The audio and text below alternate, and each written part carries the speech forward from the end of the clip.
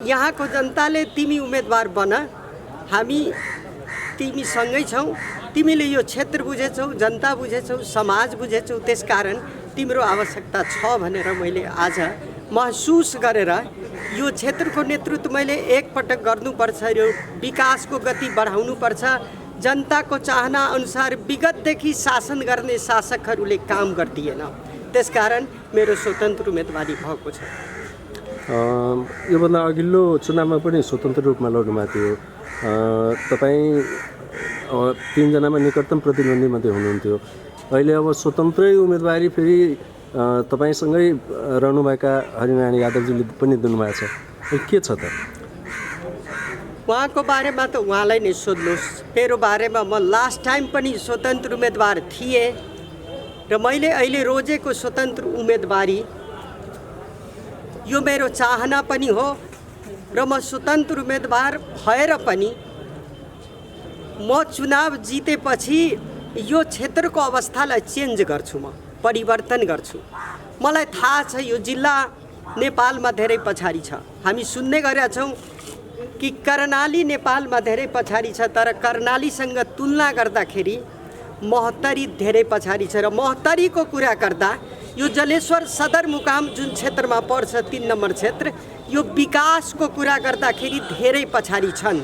यसको कारण छ कि यो क्षेत्रको प्रतिनिधित्व गर्नेहरू कहिले पनि विकासको कुरा गरेन, समाजको कुरा गरेन, समाजको गतिलाई अगाडि बढाउने, बेरोजगारी समाप्त गर्ने, यो शिक्षालाई हामीले गुणस्तरीय बनाउनु पर्ने, शिक्षा दिनुपर्ने, स्वास्थ्य सेवा दिनुपर्ने कतै ध्यान दिएन।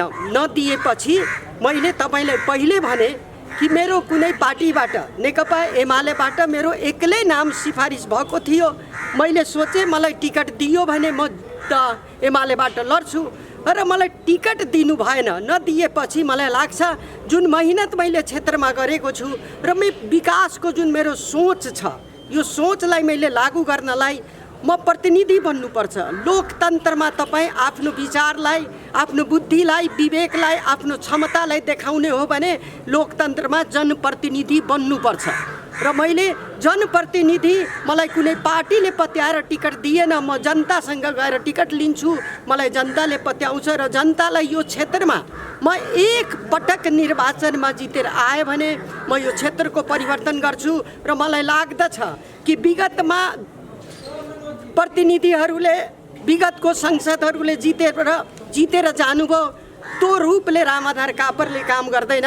यदि चुनाव जिते यो क्षेत्रको परिवर्तन जनताको चाहना अनुसार अगाडि बढ्न सकिएन भने बारम्बार चुनाव लड्न आउँदैन।